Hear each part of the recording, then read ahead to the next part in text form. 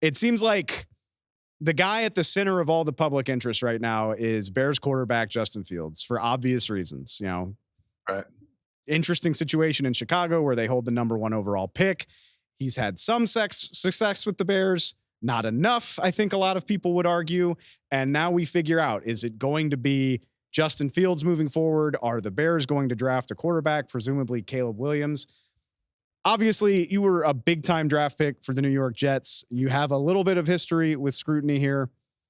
Mm-hmm. What do you think this? And Justin said on the St. Brown Brothers podcast like last week, he's ready for this whole process to be over. Just tell me if I'm the Bears quarterback or somebody else's quarterback. You have a little bit of history on this. What is this? Of what course, is this? yeah. I mean, what's this process like when you are the quarterback in question that everybody's talking about? Yeah, I mean, I've been through what Justin's going through, where those last couple of years with the Jets, I get injured. I'm kind of waiting to hear my own fate, and then you get a call letting you know what's going on. I ended up in Philly and then bounced around the league. However, it shook out for me. But for Justin, he's just ready to either get on to this next chapter or rewrite this upcoming chapter potentially with his ball club. And it's difficult because it leaves a lot of things in question.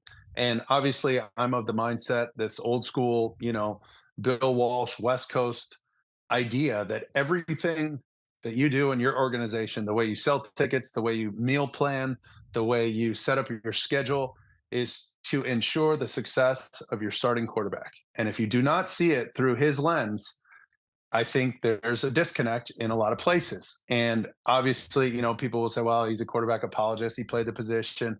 I'm just saying, you look at the good teams, they got a quarterback who can function and seems to be more or less comfortable, or as comfortable as you can make him.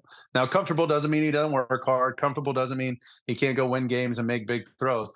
I mean, comfortable, like in a good position to play with weapons, with scheme, with time on task. All that stuff's important. Now, time on task has been cut short because of our NFL offseason and all that. So, how many guys are really developing quarterbacks right now? I mean, I can think of Patrick Mahomes. It's hard to find guys who've been with a coordinator for a long enough amount of time to start seeing these same blitzes and recognizing these defenses with the same system, the same players, the same scheme over and over. So now they're at this crossroads. I think there's a formula to win for Justin Fields, and he's going to have to tote the rock. He's going to have to run the ball, maybe more than he's comfortable doing now because he's done it for a few years in the NFL, and it's a lot different than college. You get banged around.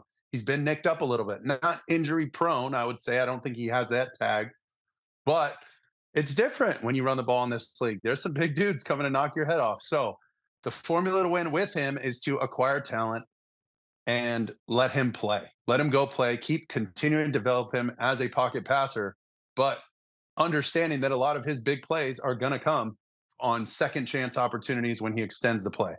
Now, in my opinion, this has nothing to do with how he's played or if I think he should stay there. If you decide to get rid of him, totally fine. Send him somewhere else. Wish him luck. Justin's going to go work hard just like he did in Chicago. The idea there is now you're loading up. I mean, you're really loading up because they fleeced the Panthers last year for a bunch of picks, got everything they needed. Now, if they feel like one of these quarterbacks, whether it's Caleb, Drake May, somebody else can come in and play for them, and they got the 5-year plan for that guy with all these weapons, you probably go out and get the tackle from Notre Dame with some of those picks, maybe trade back up if you want to go get one of the receivers to help that receiving core in Chicago. And that's basically your game plan. This is an interesting thing to ask a quarterback about. Because, I mean, look, there's only so many guys that can do this at the right level to win, right? But at the same time, finances are such a huge part of this, especially it seems like a good bet that a quarterback's going to hit the $60 million mark this offseason. Somebody is. Yeah. So how do you weigh the idea of like, okay, you're either good enough or you're not versus the obvious value, like you said, of the 5-year plan? I mean, Caleb Williams, Drake May, Jaden Daniels, whoever it is, that guy comes with 4 or 5 years of cost control, whereas Justin Fields is going to start being expensive as soon as next year. How do you kind of weigh that in terms of, well, the better quarterback is the guy you'd rather have, but the financial aspect of this obviously is so big. Well, no doubt. And Justin's on the tail end of what those three guys you just mentioned, Drake May, Caleb Williams, and Jaden Daniels, are about to embark on, right? Like they're just about to start it. Now the Bears are 4 years in saying, well, what do you think? Is he our guy?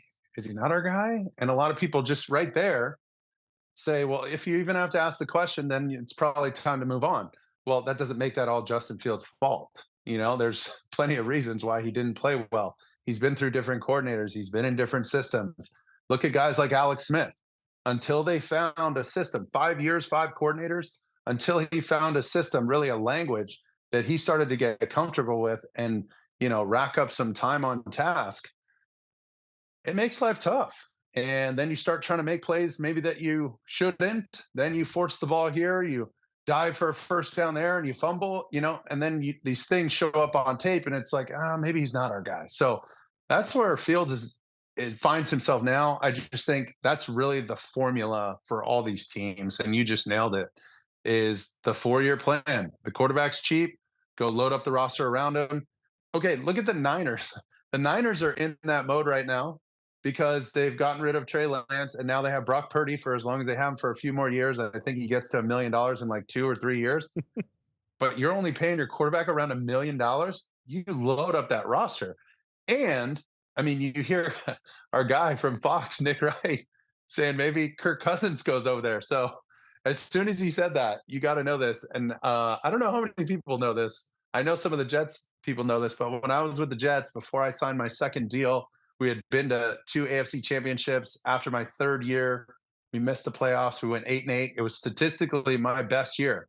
Well, I found out later on after I'd signed my deal that the Jets were kicking the tires on Peyton Manning before he went to Denver.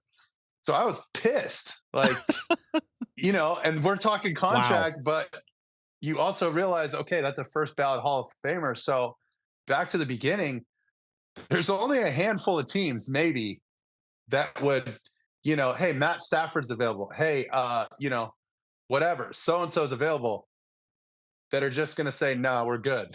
Most people are at least going to hear the rest of the phone call.